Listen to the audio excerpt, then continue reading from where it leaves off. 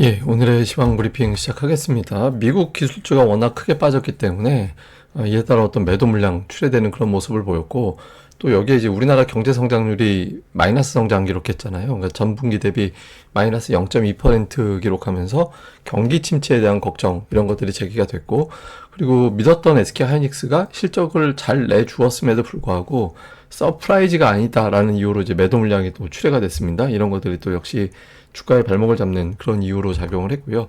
반면에 이제 지주회사 일부 2차전지 화장품주 정도가 올라갔지만 전체적으로는 매도가 아주 강하게 작용했던 그런 하루였습니다. 뭐 시장이 약했던 건 우선 해외 증시가 안 좋았잖아요. S&P 500 지수가 2%, 나스닥 같은 경우는 거의 뭐 4% 가까이 이제 급락이 됐고, 특히 기술주 중에서 대형 기술주 중에서 지수를 방어해 줄 만한 종목이 없었거든요. 그러니까 뭐 알파벳이 5% 빠지고 메타가 5.6% 빠지고 테슬라 12%, 뭐 애플도 거의 3% 가까이 빠졌잖아요. 그러니까 보통 시가총액 상위 종목을 이렇게 밀어버릴 정도 힘이라면, 그러니까 투자자들 입장에서는 이거 시장이 이제부터 더 빠지는 거 아니냐, 미국조차도 이렇게 되면 뭐 이런 걱정을 좀 하게 됐죠.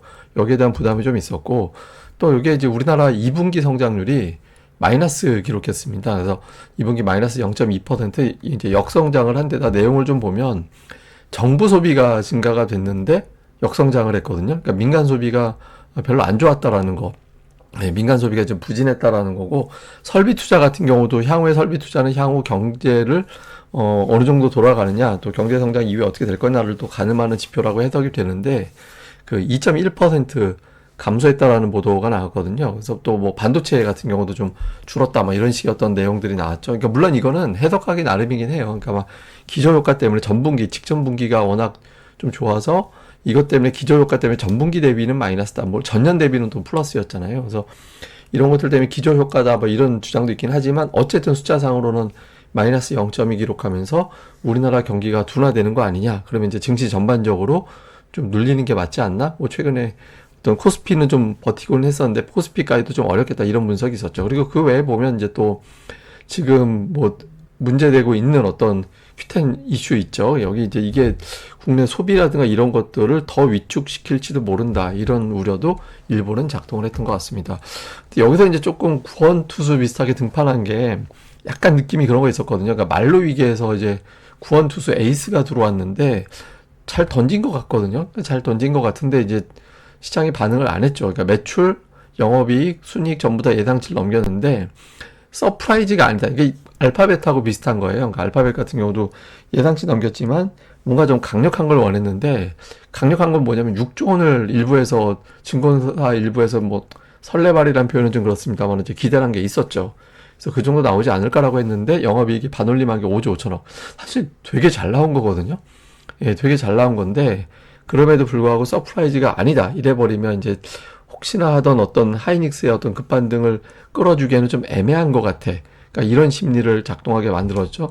회사 실적 보고서는 되게 괜찮았어요. 뭐 PC, 모바일은 이제 완만한 회복 이렇게 이제 수요 회복 이렇게 나왔는데, 특히 뭐 데이터 센터라든가 AI 쪽에서는 수요가 확실히 증가한다라는 쪽으로 표현을 해줬고, 그 외에 뭐 D램이라든가 HBM 쪽으로는 확실하게 어떤 수요가 급증을 하고 있고 매출이 폭발적으로 증가했다 이런 점을 확인을 해줬거든요. 그래서 올라가려면 올라갈 수도 있었는데 이미 고점 대비 20%나 빠진 상태라서 특별히 서프라이즈가 필요한 건 아니었거든요. 근데 오늘 목요일이다라는 점, 그다음에 알파벳이 예상치 조금 상회한 거 가지고 빠졌으니 하이닉스도 마찬가지지 뭐 이런 심리가 더해진 것이 또 이유로 작동하지 않았나 이렇게 봐야 될 것 같습니다. 그 외에 뭐 이제 삼성전자가 파운드리 이제 투자하려고 했던 거를 갖다가 조금 줄여서 이제 D램 쪽으로 생산 늘린다라고 하잖아요. 그래서 그런 부분들에 대해서 가격 상승이 조금 늦춰지는 건가 이런 우려도 일부는 작동을 한 것 같아요. 근데 어쨌든 하이닉스가 오늘 역할을 했어야 됐는데 이제 역할을 못하고 밀어버리고 오히려 10% 가까이 빠지면서 이제 지수를 떨어뜨리는데 또 결정적인 역할을 했죠. 그리고 오늘 그 우리나라 증시도 그렇고 이제 미국도 그렇고 선물 옵션 또 파생 이쪽에 변화도 컸던 것 같아요. 그러니까 미국 같은 경우는 저 변동성 지수가 오늘 22%나 폭등을 했고, 뭐 아침에도 말씀드렸지만 이 변동성 지수에 연결이 되어 있는 파생 상품, 그 프로그램 매매 이런 거 되게 많거든요. 그래서 미국은 그것 때문에 좀 딸려서 지수가 빠진 거. 이게 빅스 지표라는 건 올라가면 나쁜 거예요. 그러니까 시장이 흔들린다라는 의미고, 이게 내려가면 시장이 안정된다 이런 데이터거든요. 근데 이 데이터를 가지고 그러니까 알고리즘을 만들어서 이제 거기에 이제 프로그램 매매가 가동하게끔 설계된 게 있거든요. 그래서 미국도 그것 때문에 좀 흔들린 것 같고, 우리나라 같은 경우도 오늘 외국인들이 아침부터 선물을 팔기 시작해서 뭐 장중 피크 때는 뭐 한 14,000계약 넘게 매도가 나왔잖아요. 그러니까 막판에 이제 대거 줄여서 오늘 낙폭이 좀 심했어, 이렇게 이제 메시지를 던지긴 했지만, 어쨌든 외국인들이 아랫방향으로 때리면서 오늘 아래쪽에서 수익을 낼 거야, 그러니까 이런 쪽으로 또 만들어 버렸죠. 예, 그러면서 이제 뭐 악재가 또 여러 가지 겹쳤으니까 또 그렇게 될 수밖에 없었고, 이게 이런 어떤 파생 시장의 영향도 이제 제법 영향이 있었던 것 같습니다. 중요한 차트들 보면 이제 아침에 제가 이제 SK 하이닉스 달러 차트 보여드리면서 하이닉스가 여기서 이제 찍고 올라가야 된다. 근데 오늘 그걸 아예 그냥 확 깨버렸어요. 예, 확 깨버려가지고 이게 올해 들어서 아직은 이제 주봉이 안 끝났기 때문에 내일까지 봐야 되긴 하는데, 오늘 이걸 완전히 깨고 내려갔거든요. 그리고 주봉상 저런 주봉이 나온 적이 없었어요. 예, 한동안. 그러니까 말로 바꾸면 뭐냐면 내일장에서 초급반등이 나와줘야 되거든요.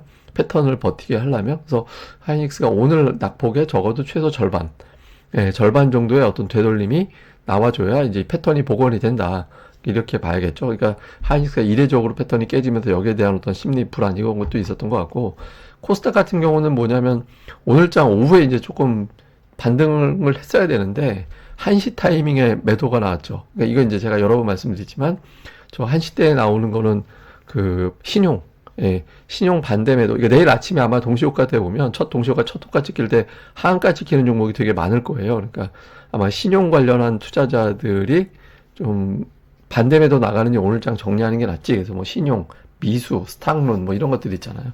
이런 것들에 대한 어떤 매도 물량이 나오면서 막판에 이제 낙폭을 줄여나가던 어떤 시도가 무산이 됐고, 결과적으로 800 이하로 마감이 되는 그런 결과가 나왔습니다. 반면에 오늘 좀 특이한 건 악재가 많았던 종목 중에서 플러스 난 게 좀 있어요. 그러니까 카카오 그룹주가 이제 오늘 올라왔고, 어제 이어서 그 다음에 2차 전지도 테슬라가 12% 빠진 날 2차 전지가 또 플러스가 났거든요. 그러니까 이건 어떤 의미냐면 단기성 매수가 이제 그 악재가 어느 정도 피크에 나왔다 싶은 경우에는 매수가 붙어서 이제 올린다, 이런 건 되죠. 근데 이게 이제 단기성 매수가 붙은 거라서 지속성 여부는 어쩔 수는 없지만, 어쨌든 악재가 크게 달할 때, 그러니까 총수가 구속됐다, 그다음에 테슬라가 12% 빠졌다, 그러니까 이런 날 이제 매수가 붙었다라는 거는 이제 뭐 긍정적으로 해석하면 단타 매수세가 이제 악재가 나온 날 이제 붙기 시작하는 그런 매수가 존재한다라는 건 좋은 쪽, 나쁜 쪽으로 생각하면 단타밖에 없구나, 그러니까 이런 쪽이 될 수도 있죠. 근데 어쨌든 요거는 조금 주목해 볼 만한 변화인 것 같습니다. 수급에선 뭐 외국인들이 오늘 동시호가에 확 돌아가지고 매도를 줄이긴 했지만 7천억이면 뭐 엄청나게 판 거죠. 양시장 8천억 매도했잖아요. 그리고 선물도 11,000계약 정도 매도를 했죠. 그러니까 장중에 14,000계약 이상 갔다가 이제 매도를 좀 줄이긴 했거든요. 근데 선물 매도는 이제는 좀 반대가 됐어요. 제가 이제 지난번에 선물 매수 여력이 별로 안 남아서 여기서 이제 좀 대형주가 동시에 올라가기 좀 어려워졌다, 이제 대형주 내에서도 차별화가 될 것 같다라는 식으로 말씀을 드렸잖아요. 뭐 지수는 제가 뭐 내려갈지 안 내려갈지 제가 알 수는 없었고, 근데 이제 지금은 반대가 됐어요. 지금 외국인들 선물 매도 여력이 거의 없어 보이거든요. 그러니까 최대 나오면 한 2만 개 정도? 아니면 자잘하게 나오면 2천에서 5천 개 정도 나오면 더 팔기는 좀 쉽지 않아서 오히려 대형주들이 동시에 올라갈 수 있는 힘이 생기긴 했거든요.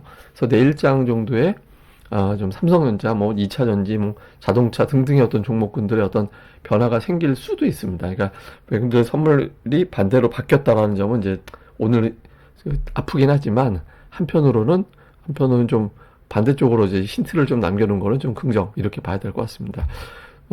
제가 오늘 수급은 워낙 많이 빠진 날이라 뭐를 많이 팔았다 이거는 의미가 없는 것 같아서 일단 그건 생략을 하는데, 어쨌든 이런 날은 오히려 되게 많이 빠진 종목군들이 매도에 이제 피크가 되면서 오히려 반대 방향으로 돌리는 그런 결과가 나올 수도 있거든요. 그래서 낙폭과대에 어떤 기관 외국인들 매수가 붙은 종목군들은 좀 볼 필요가 있죠.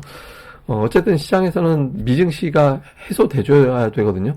알파벳에서 이제 AI 우려가 유발이 된 거잖아요. 그러니까 알파벳이 빠진 게 실적은 잘 나왔는데 AI 투자 그렇게 많이 해놨는데 성과가 나올 때까지 인내심이 필요해, 이렇게 되면서 이제 알파벳이 급락을 한 거잖아요. 그러니까 이런 어떤 알파벳, 엔비디아, 메타 이런 종목군들이 돌아서는 모습이 나와줘야 되고, 다음에 조금 걱정스러운 건 미국이 오늘 국채 금리가 엇갈리면서, 그러니까 미국 뭐 조금 어렵게 얘기하면은 하여튼 금리가 연준의 중앙은행, 중앙에서 재무부에서 채권을 갖다가 이제 뭐 안 사는 뭐 그런 게 좀 있었거든요. 그래서 그 매입을 안 해주고 뭐 그런 것 때문에. 근데 금리가 너무 낮아서 이상한 어떤 논리가 나와가지고 금리가 튕겨 올라간 측면도 있지만 어쨌든 투자자들 입장에서는 이제 경기 침체 신호 아닌가? 금리가 저렇게 움직이는 건 이런 어떤 걱정을 했고 우리나라도 지금 마이너스 성장이 돼버렸잖아요. 그래서 여기에 대해서도 우려가 나올 수도 있거든요. 근데 요거는 침체까지 시장에서 아직 보고 있는 것 같지는 않은데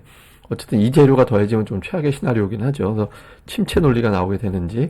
근데 이제 한편으로 오늘 목요일이라 그 만기, 이게 주간 위클리 만기가 있어서 이것 때문에 조금 낙폭이 커진 측면도 없잖아 좀 있어 보이거든요. 그러니까 이게 이제 그 여파가 있다면 내일장에서 절반 정도 되돌림이 나와줘야 되거든요. 그래서 내일 실제로 이제 저가 매수가 들어오느냐. 근데 그게 아니라 그러니까 오늘 이런 해석도 분명히 있거든요. 그러니까 목요일 오늘 끝까지 저렇게 하락한 건 위클리 때문이야. 그것 때문에 하고 코스닥은 거기에다가 이제 코스피가 빠지고 신용 털이까지 나오면서 더 빠진 거야. 이렇게 되면 내일 아침 동시효과에 신용 반대매도 나갈 거고 그리고 목요일 급락을 이미 나온 상태에서 오버했고 그럼 이제 이게 저감에서 들어와서 내일 정상이면 절반 정도 되돌리는 시도가 나와줘야 되거든요. 근데 반등이 안 나온다. 그래 버리면 여기서 한 50포인트? 외국인 선물 매도 봐서는 50포인트 정도는 더 빠질 수도 있다. 이렇게 볼 수 있게 되죠. 그래서 내일장에서의 급반등 여부가 되게 중요하고 그리고 특히 하이닉스 어쨌든 실적은 잘 나왔거든요. 근데 고점 대비 25만 원 가까운 어떤 흐름에서 지금 20포인트가 넘게 빠져버렸잖아요. 예, 그러니까 하이닉스가 오늘 저렇게까지 빠질 정도는 아니거든요. 예, 실적이라든가 이런 것들을 종합해 볼 때, 그래서 하이닉스 쪽에서 어떤 급격한 어떤 변화가 나와줘야 됩니다. 안 그러면 제가 아까 뭐 만루 위기에 등판한 에이스 구원 투수라고 말씀을 드렸잖아요. 근데 이 투수가 무너지면 다음 투수가 없어요.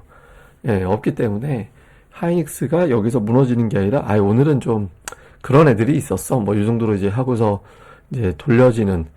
예, 빗맞은 안타 맞았을 뿐이지 나는 원래 잘 던져. 뭐 이렇게 하면서 이제 삼진 쭉쭉 잡아나가는 그런 움직임이 나와줘야겠죠. 그래서 그런 흐름이 나오는지 집중을 해봐야 될 것 같습니다. 그리고 특히 미증시는 제가 이제 7월 초에 보여드렸던 거죠. 그러니까 미국이 7월 초까지는 괜찮게 올라가다가 7월 17일 전후에 이제 하락을 하거든요. 예, 하락을 하는데 저게 이제 왜 그러냐면 실적 발표가 본격화되면 미국의 자사주 매입이 중단이 돼요. 그러니까 실적 발표 한 달 전부터 자사주 매입을 못 하게 되고 그리고 실적 발표가 끝나면서부터 자사주 매입이 재가동이 되거든요.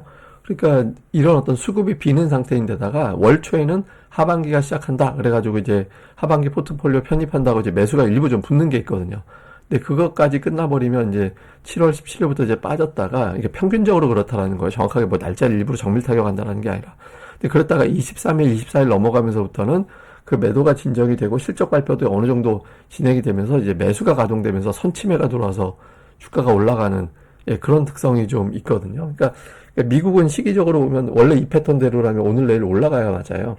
근데 이건 뭐 어디까지나 통계가 그렇다라는 거지 모든 경우에 또 통계적으로 나쁜 쪽의 경우에서는 대통령이 재임할 필요가 없을 때 증시가 나쁘게 간다 이런 통계도 있긴 해요. 근데 어쨌든 지금 데이터상으로는 미국이 오늘 반등을 해줘야 된다. 근데 반등하지 않으면 이제 투자자들이 이거 우연히 나온 일시적인 하락이 아니라 지하실 정도가 아니라 지하실 파고 또 내려갈 때가 있어. 이렇게 될 수 있어서 오늘 미국 그리고 AI주 내일장에서 하이닉스 이런 것들이 중요한 관전 포인트로 보시면 될 것 같습니다.